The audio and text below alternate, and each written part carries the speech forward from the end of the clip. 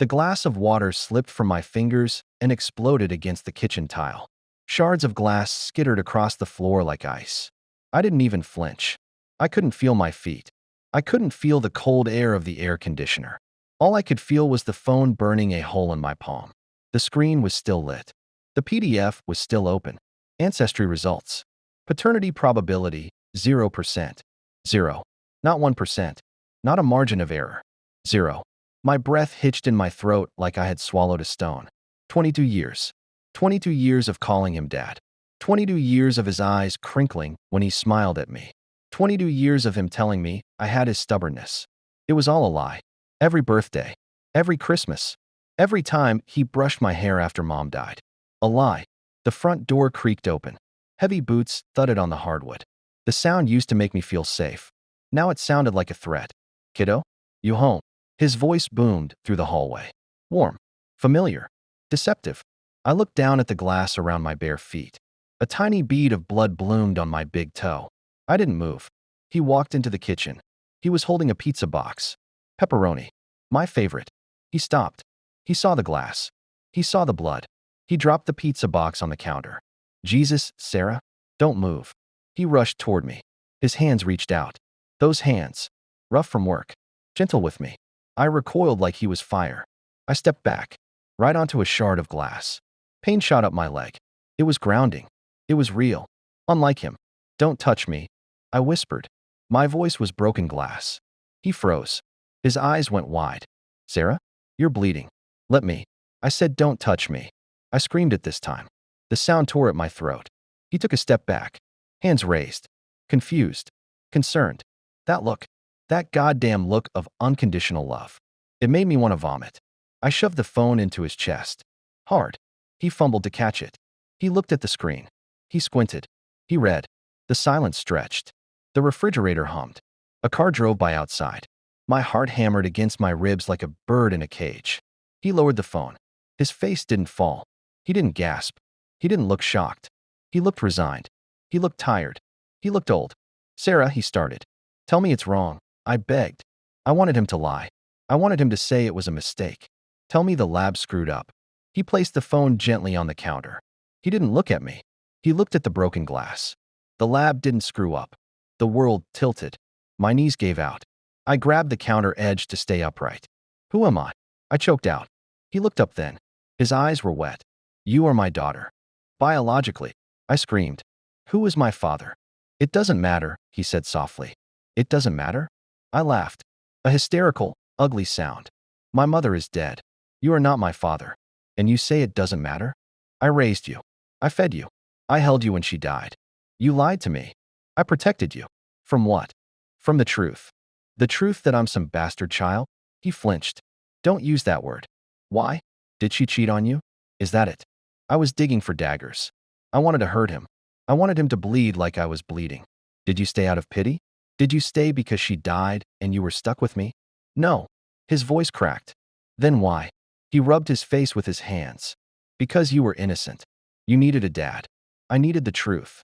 I pushed past him. I ignored the glass cutting my feet. I ran to the stairs. Sarah, wait. He didn't follow me up. He never chased me when I was angry.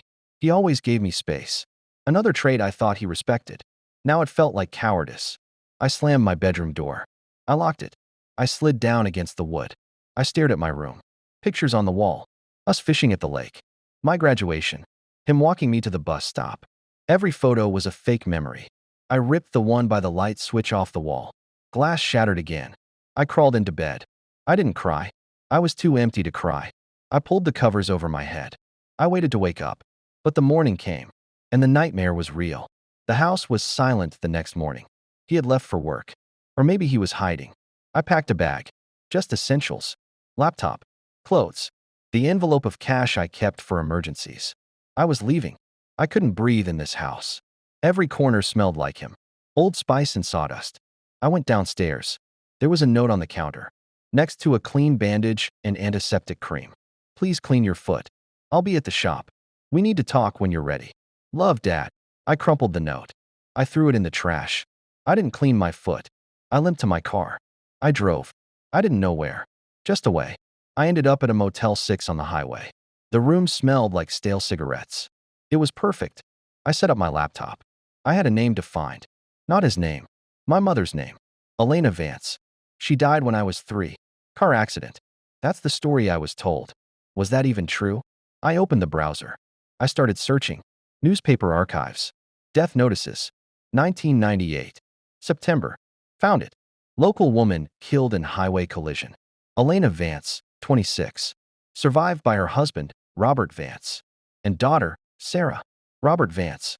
That was him. The man I hated. So they were married. So I was born during the marriage. The math didn't add up. If I wasn't his, she must have strayed. But everyone said they were the perfect couple. I dug deeper. Who else died in the crash? The article was short. 2-vehicle collision.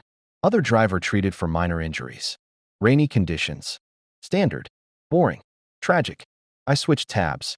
I needed my birth certificate. I had a copy in my email from college applications. I pulled it up. Father, Robert Vance. He signed it. He knew I wasn't his, and he signed it. Why? Why take on another man's child? Why not give me up to the state? Why not give me to the biological father? Unless the biological father didn't want me. Or didn't know? I went back to the DNA site. I downloaded the raw data. I uploaded it to GEDmatch. I needed a hit. I needed a name. It took hours. The progress bar mocked me. Finally, results. No close matches. No father. But a first cousin. Marcus Thorne. I clicked the profile. Email address listed. I didn't hesitate. I wrote the email. Hi, my name is Sarah. We matched as cousins. I'm looking for my father. Sent. I stared at the ceiling. The motel AC rattled. My phone buzzed. Not an email. A text. From him. I brought your favorite ice cream. Just in case you come home. I blocked the number. The tears finally came. Hot. Angry. I cried until I passed out. 3 days in the motel. Pizza boxes piled up. I felt grimy. My phone buzzed again. Email notification. Marcus Thorne. My hands shook as I opened it. Hi, Sarah. This is strange. I don't have an Uncle Robert. My dad only had one brother. One brother. What was his name? I typed back instantly. Julian. Julian Thorne. Where is he? The reply came 3 minutes later. He died a long time ago. 1998. The year my mom died. My blood ran cold. How? Car accident. Same one that killed his girlfriend. Girlfriend. Not wife. What was her name? Elena. Something. I think she was married to someone else.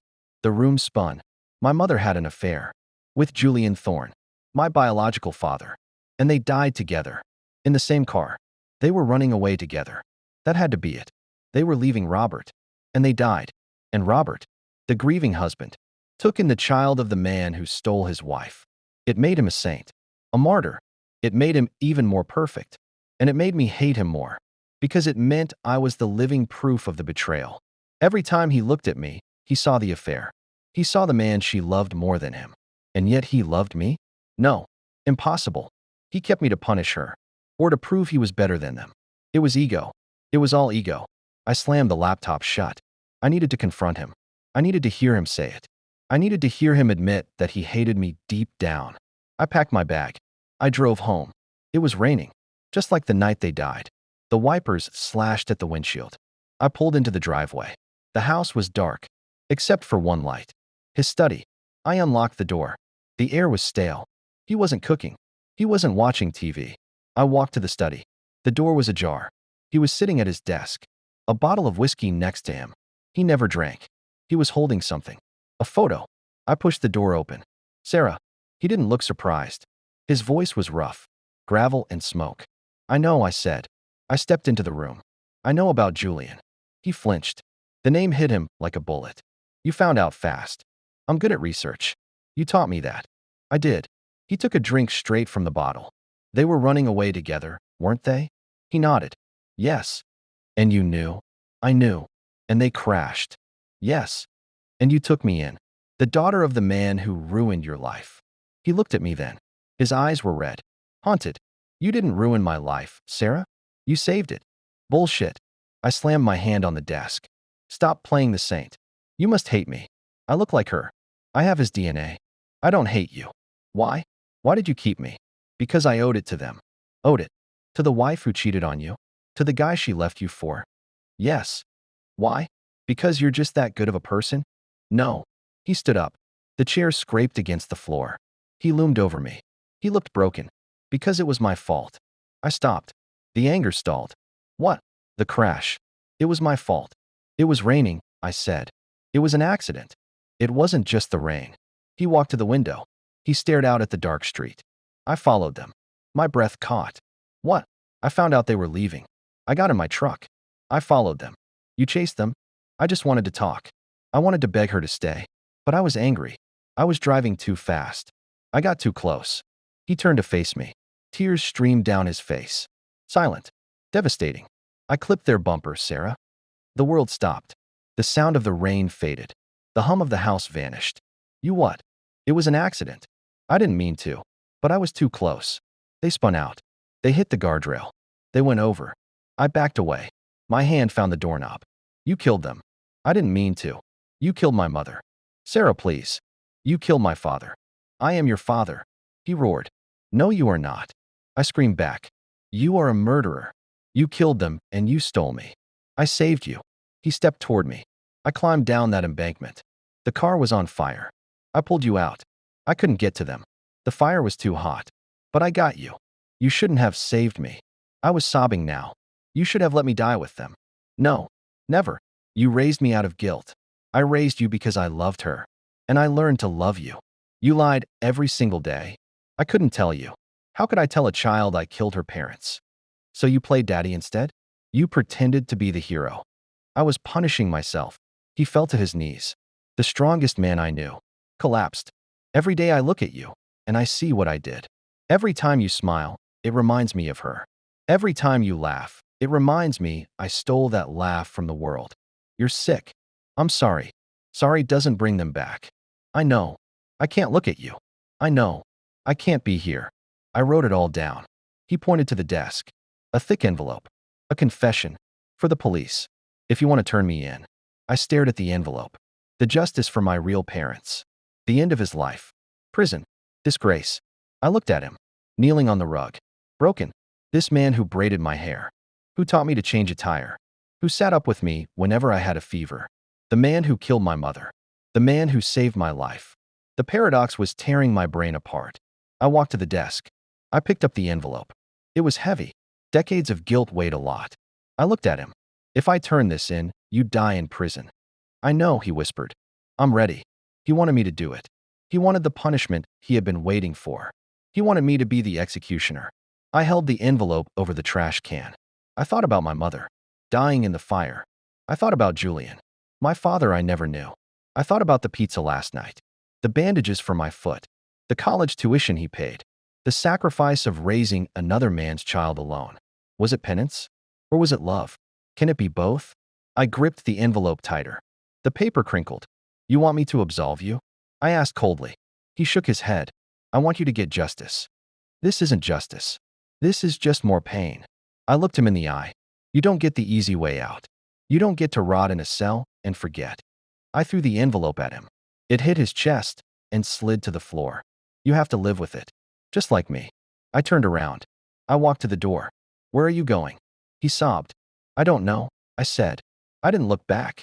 But I'm not coming back. I walked out of the study. I walked out of the house. I walked into the rain. I got in my car. I started the engine. I looked at the house one last time. The light in the study was still on. I could see his silhouette, still kneeling. I put the car in drive. I pulled away. The rain washed the windshield. But it couldn't wash away the truth. I was an orphan. I was a survivor.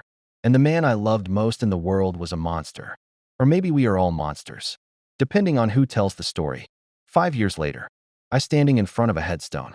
Elena Vance. Julian Thorne. Side by side. I paid for Julian's stone myself. It was the only thing I could give him. I heard footsteps behind me. Slow. Heavy. A cane tapping on the grass. I didn't turn around. I knew who it was. He stopped 10 feet away. He respected the line. He always respected the line now.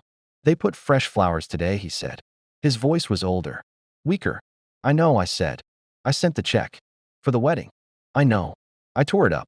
I figured. Silence. Wind rustled the trees. I'm dying, Sarah. I stiffened. Cancer. Pancreatic. Fast. I didn't say anything. I just wanted you to know. The house is in your name. The insurance. Everything. I don't want it. Sell it. Burn it. It's yours. He coughed. A wet, rattling sound. I'm scared, he whispered. The man who walked into fire for me. Scared. You should be, I said. But my voice wavered. He turned to leave. Goodbye, kiddo.